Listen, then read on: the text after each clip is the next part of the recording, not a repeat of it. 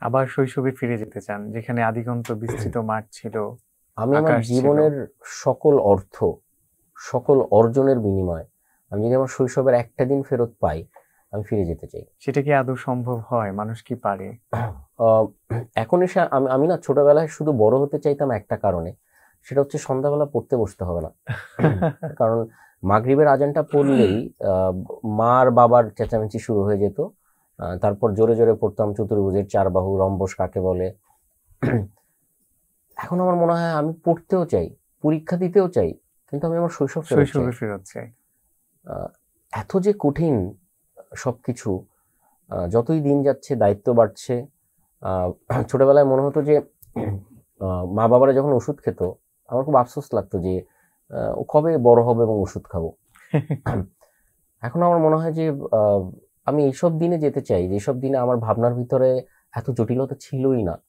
অসুস্থ যে মানুষ হয় সেইটাই জানতাম না। আহ, আমি আমার শৈশবকে ভীষণ মিস করি। এবং আমার মনে হয় যে আমার জীবনে যা কিছু অর্জন, শ্যামল গঙ্গোপাধ্যায়ের একটা কথা আছে, যে মানুষটার বুক পকেটে একটা সুন্দর শৈশব নাই, প্রতিবার লড়াইতে সে যেন না আসে।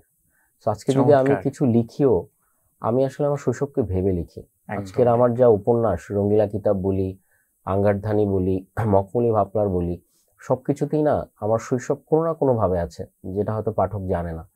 আমি এটাই বলি যে প্রত্যেকটা মানুষই তার শৈশব দ্বারা তাড়িত হয়। একদম। যার শৈশব যত বেশি সমৃদ্ধ হয়, সেই মানুষটা তত বেশি ঋদ্ধ এবং সমৃদ্ধ আসলে।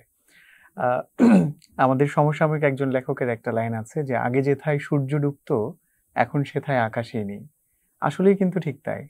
আপনি অফিসে বসে আছেন দেয়ালবদ্ধ চার দেয়ালের ভেতর, সেখান থেকে আপনি হয়তো একটু স্বস্তির জন্য শৈশবে ডুব দিতে হয় আপনাকে, যে কেমন ছিল সেই দিন, সেই সময়ের আকাশটা। আমরা শৈশব থেকে আপনার ঢাকা ফিরে আসার এবং এখান থেকে এসএসসি শেষ এই জার্নিটা পর্যন্ত এসেছিলাম। তখনও তো আপনি জানতেন না যে আপনি একজন কথা সাহিত্যিক বা লেখক হয়ে উঠবেন। এর পরের জার্নিটা কেমন ছিল? আমার আসলে আমি যখন আমি রেসিডেন্সিয়ালে, তো স্কুল আমার রেসিডেন্সিয়াল ছিল, বরিশালে আমি অল্প কিছুদিন ছিলাম। আম, ঢাকায় আসার পরে যেটা হয়, আহ, তখনও ঢাকা এত হইচই হয়তো ছিল না। তখন আমাদের শৈশব, ঢাকায় আমার মুহূর্তগুলো সুন্দর, আমার বন্ধু যারা আছে। কারণ রেসিডেন্সিয়ালের অনেক বড় মাঠ, তো আমরা খেলতাম ছুটতাম। আহ, লেখক হওয়াটা আসলে খুব উদ্ভট একটা গল্প, এটা আসলে অনুপ্রেরণার কারণ কবে হবে না। নাগাদ আপনার মনে হয়েছে যে আপনি একজন লেখক হয়ে উঠতে চান? যেটা হচ্ছে, আমরা শুরুর দিকে ঢাকায় শুধুমাত্র আসি আমি আর বাবা। আচ্ছা। আহ, মা মা আর আমার বোন আসতে 1 বছরের মতন সময় নেয়। একটা সেটেল হওয়ার একটা ব্যাপার ছিল। তো আমাদের ওই সময় মাঝে মাঝে বরিশাল যেতে হতো ছুটি পেলেই। তো একদিন লঞ্চে করে যাচ্ছি। আহ, আহ, এটা হয়তো আমাকে ইস্ট্রে পাকা ভাবতে পারে বা জাজ আচ্ছা। করতে পারে। লঞ্চে করে যখন যাচ্ছিলাম, আমার মনে আছে একটা লঞ্চে, বরিশালের লঞ্চগুলো খুব সুন্দর হয়, ওখানে একটা কেবিন ছিল, 131 নাম্বার কেবিন, আমার এখনো মনে আছে।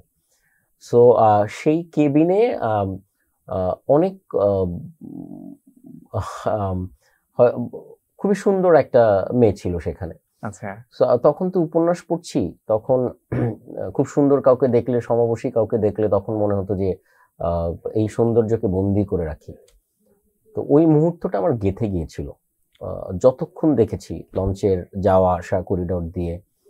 আহ, ফিরে আসার পরে আমার বাবার অনেক ডায়েরি ছিল, তিনি ডায়েরি পেতেন অনেক।